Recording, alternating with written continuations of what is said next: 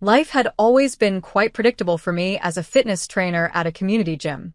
My daily routine involved assisting clients with their fitness goals, which kept me occupied and content, away from any personal dramas. However, everything shifted when Liam entered the gym. "Hi, I'm looking to change my workout routine. Do you have any challenging exercises to start with?" he inquired with a casual tone, yet his intense gaze suggested he was not just any gym goer.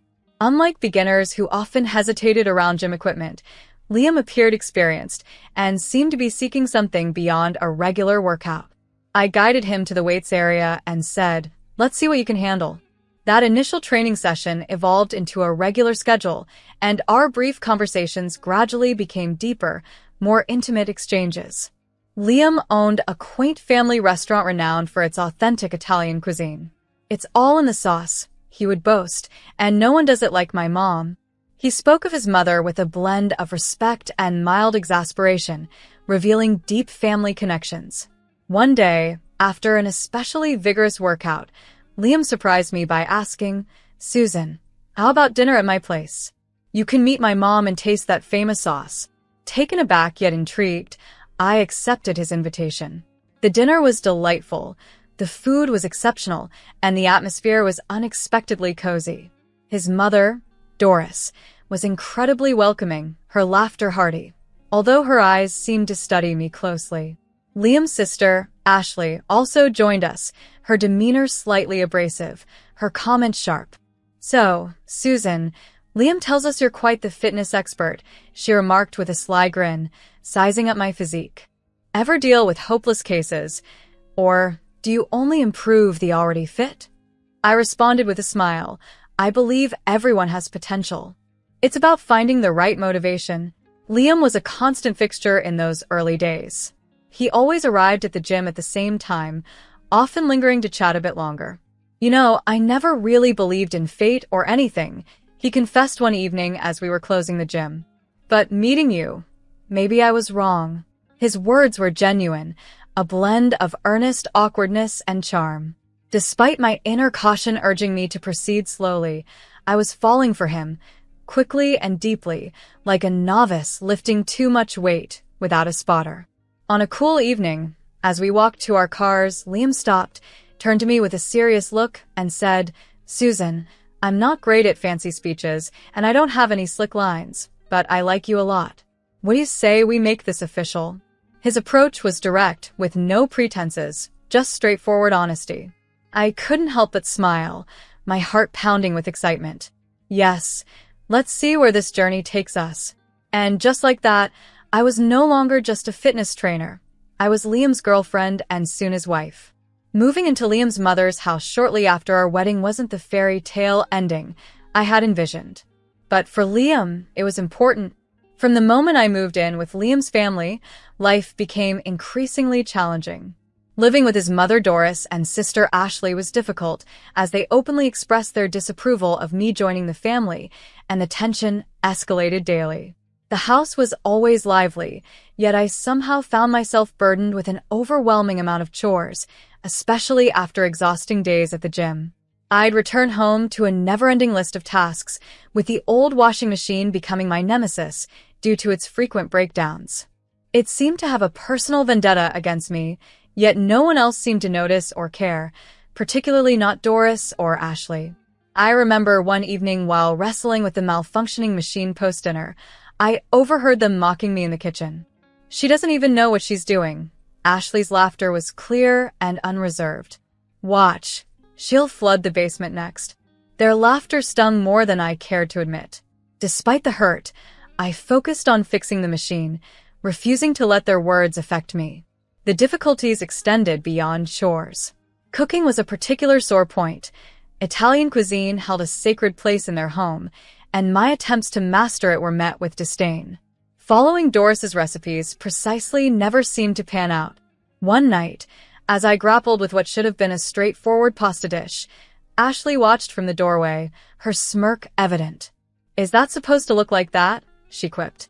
"It's nothing like Mom's." I stirred the stubborn sauce, frustration simmering. "Well, I'm trying my best here." Ashley's response was cutting. "Maybe your best isn't good enough." Did you ever think of that? I felt isolated, with Liam often withdrawing further each time his mother or sister criticized me. He never defended me. His silence felt as harsh as their mocking laughter. At times, he would murmur, "Hey, Susan, just leave it. It's not worth it," trying to avoid confrontation. Mealtimes felt like navigating a lion's den. I would set the dishes on the table, hoping for a peaceful meal, but the atmosphere was anything but. "You know, in Italy, they'd probably ban you from the kitchen for this," Doris would joke as she tasted my food, the others joining in with chuckles. "Yeah, maybe stick to gym stuff," Ashley would add, her comment like a backhanded peace offering I apparently didn't deserve. I would nod, smile, and swallow the hurt, my frustration simmering like the sauce that never seemed right. The challenges of living with Liam's family were exacerbated when I became pregnant. The chores, already predominantly my responsibility, became even more demanding. Instead of offering help or understanding, Doris and Ashley's hostility seemed to intensify.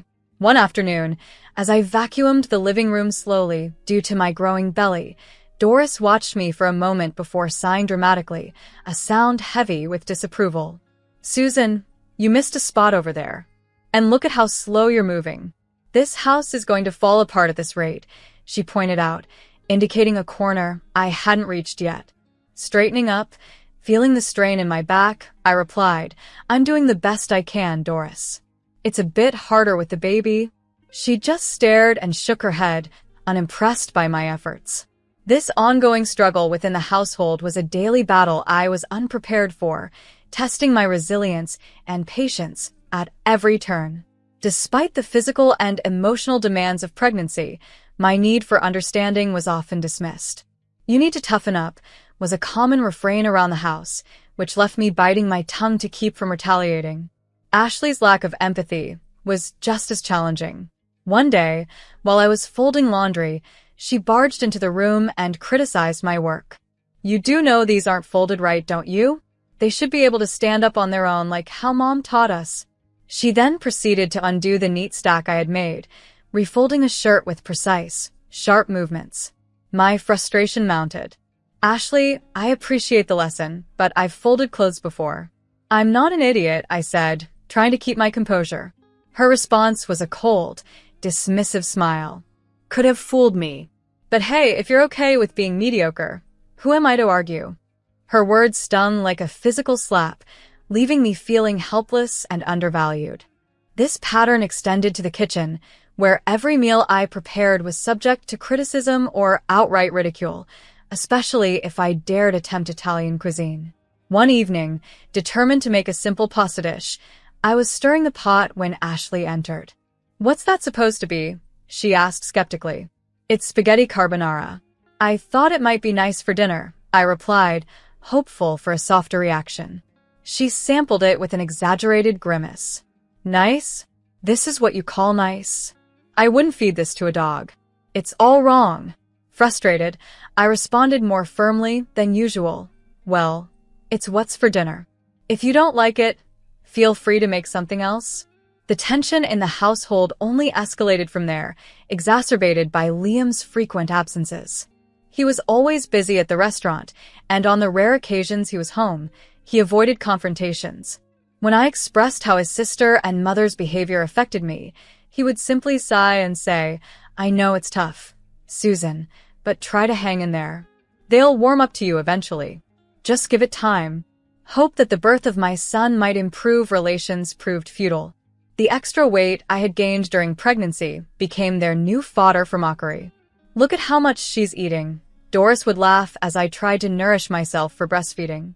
"Are you feeding a child or a small army?" One particularly painful day, while nursing my son in the living room, I heard Ashley mimic a cow's moo from the kitchen. The sound cut deep, bringing tears to my eyes.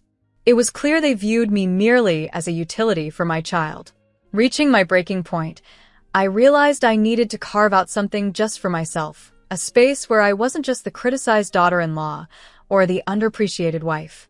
That's when I decided to start my own YouTube channel and Instagram page. One morning, while Liam was at the restaurant and Ashley was out, I set up my old camera in the corner of our cramped guest room, now my makeshift gym. I'm doing this for me, not for them, I muttered to myself, adjusting the camera angle. This was my stand to reclaim some independence and respect, 2 videos at a time. I began creating straightforward workout videos targeted at people like me, busy moms who often couldn't make it to the gym. At first, it felt strange to talk to a camera, pretending I was reaching an audience that might be interested in what I had to say. Despite the initial awkwardness, these recordings quickly became my sanctuary. My early attempts were rough, with hesitant introductions like, "Hey everyone, it's Susan here with a quick 15-minute workout perfect for busy moms. Let's get started." As my follower count increased, so did my confidence. I upgraded to a better camera and picked up tips on lighting and editing from online tutorials. My small project was evolving into something significant and wholly personal. One afternoon, while I was filming a low-impact cardio sequence, Ashley stormed into the room. "What the hell are you doing?" she demanded, eyeing the camera setup disdainfully. "Turning our home into your personal TV show now." I paused the recording, my heart racing not from the exercise but from the confrontation. "Yes, I am. It's something important to me, something that's mine," I responded. Ashley scoffed and surveyed the room with contempt. "You think you're some kind of star? Please, get over yourself, Susan." Although her words stung, I was learning to handle her scorn. "Well, it's not like I have your approval for anything else around here. I might as well do something I enjoy," I retorted. She rolled her eyes and left, but I quickly resumed recording, my voice firmer than before. As my digital presence grew, so did the opportunities. Brands began reaching out, offering free products for me to feature in my videos, and soon I received offers for sponsored posts. The first time a brand paid me for a feature, I was astounded. "I can't believe they're paying me for this," I exclaimed to Liam over dinner one night, hoping to share my excitement. "That's great, Susan," he replied, though distracted by troubles with his restaurant. "Just keep it quiet, okay? Mom and Ashley don't need to know about this." As I cleared the dinner plates, a notification pinged on my phone, a new comment, another follower, another step away from disdain, and towards something uniquely fulfilling. "You're doing amazing, Susan. Thanks for sharing your journey," the comment read. My channel was no longer just a hobby, it was a growing business, now generating more income than Liam's struggling restaurant. I began contributing $3,000 a month to help with household expenses, making it appear as if it was still Liam's contribution. Despite my success, Doris and Ashley continued to view me as a freeloader, sneering about my silly videos when they thought I couldn't hear. "She does nothing around here, just prances about making her silly videos," Doris would snipe. Ashley echoed her disdain, criticizing that I should be doing more traditional housework like a real woman. When Liam's restaurant hit a financial crisis, he approached me, looking more worn than ever. "The restaurant needs a cash injection badly. Can you help out?" he pleaded. Without hesitation, I transferred $15,000 for what he called urgent improvements. He was genuinely thankful, but it wasn't long before he sheepishly asked for another $6,000 for monthly bills. I agreed because I could afford it, despite the complex dynamics at home. Despite my efforts to support our family financially, I could feel an unsettling imbalance growing, not just in our finances, but also in our relationship. The tension in Liam's family home, which had always been strained, escalated to unbearable levels when Ashley married and her husband, Arthur, moved in. The already crowded house left little room for privacy, and any peace I had managed to carve out for myself and my son quickly evaporated. Doris, never one to hold back her harsh opinions, began calling me lazy and parasitic to my face. "You do nothing around here," she would snap as I juggled managing my online business with looking after my son. "Just taking up space." The situation worsened when Ashley announced her pregnancy, and Doris made it painfully clear that they needed more room, implying that my son and I were just in the way. "Soon there'll be another baby in the house, and we can't have freeloaders taking up space," Doris declared one evening, her gaze cutting into me. Then, as if the mounting home pressures weren't enough, Liam announced he needed to leave town for a few weeks to address urgent matters with his restaurant in another city. He packed and left after a quick goodbye, seemingly oblivious to the storm he was leaving behind. I continued my routine, taking my son to school and filming my videos in the park, trying to maintain some normalcy. However, the day everything fell apart started like any other, until it wasn't.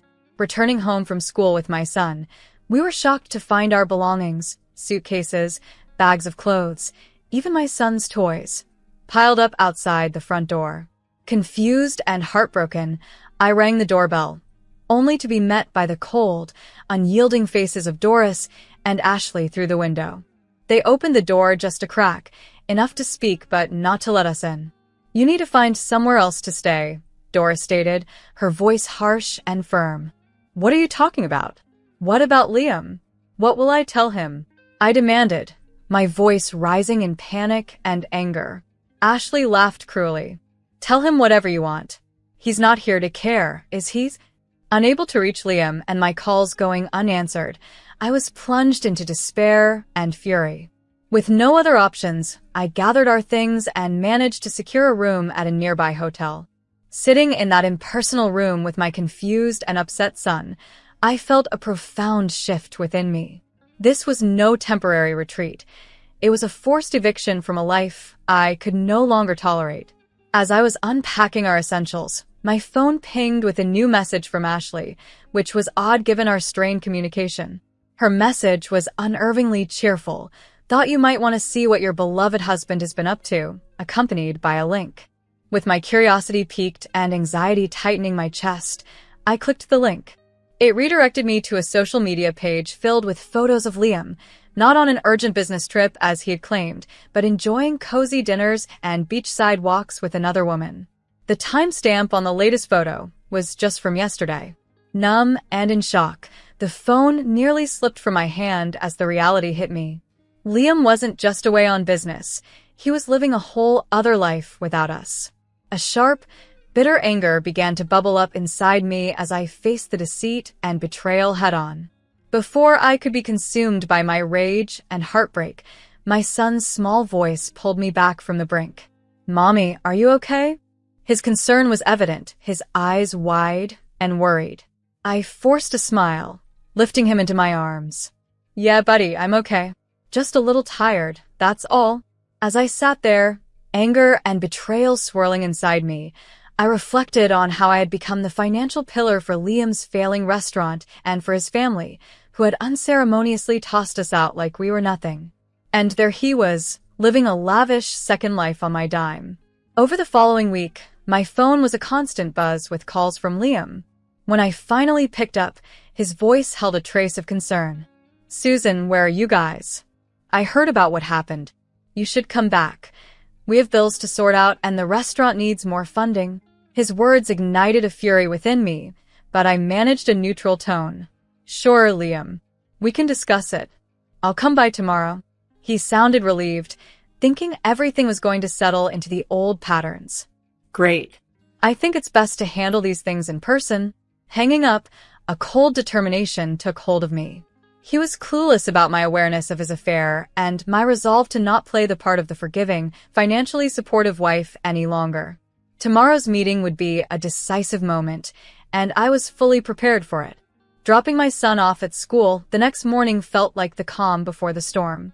As I drove to the house, where I knew Liam, Doris, and my pregnant sister-in-law, Ashley, would be waiting, my stomach churned with nerves and resolve.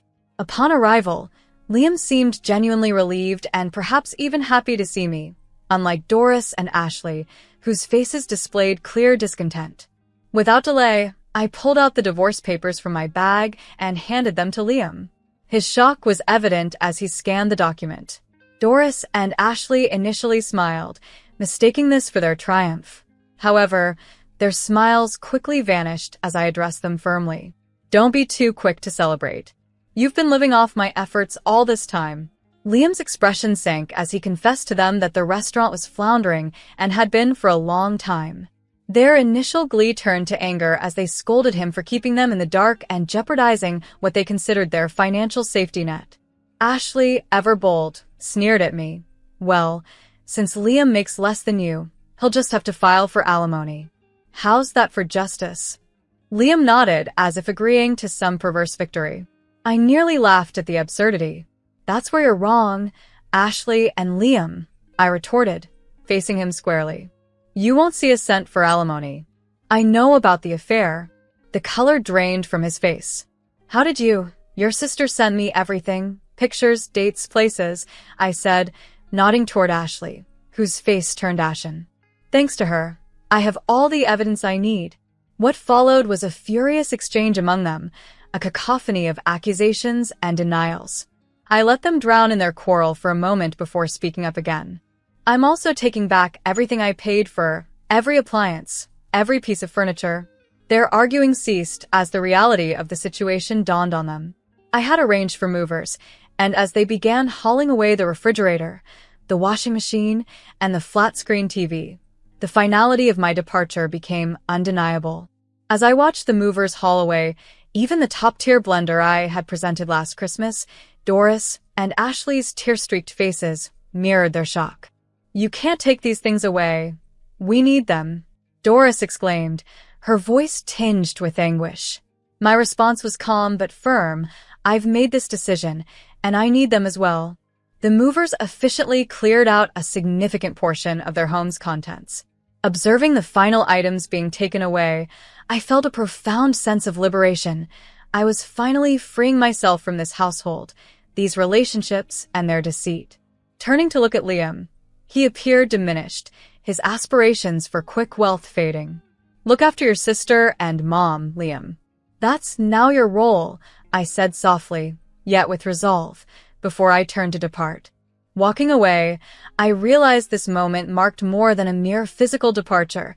It was my definitive escape from their manipulative clutches, a step toward a fresh start for my son and me. The divorce, which came as a respite rather than a hardship, allowed me to secure a fair division and alimony for our son due to Liam's cheating. My lawyer managed the divorce efficiently, making the difficult process as smooth as possible. Life, however, grew more challenging for Liam's family. His restaurant, unsupported by my financial aid, collapsed. Their house was sold to cover debts, a stark reminder of their unsustainable habits. Doris and Ashley reached out in desperation, their messages a blend of apologies and requests for help. But I was determined not to be drawn back into their disorder. I blocked their numbers with no hesitation. Ashley's husband deserted her, leaving her and her family, Liam, his mother, and her niece, squeezed into a cramped rental. Their predicament was of their own making. Meanwhile, life for my son Terry and me was improving. We settled into a cozy apartment that felt increasingly like home. My social media platforms, where I engage with women, especially new mothers seeking to regain their fitness, were flourishing. This prompted me to start online fitness programs tailored for postpartum women, thrilled by the prospect of aiding others who had faced similar struggles. With so much ahead, the future seemed bright and full of potential. In our new home, filled with my son's joyful laughter, I felt a deep and enduring peace. We had overcome the tumult, and now it was our time to thrive.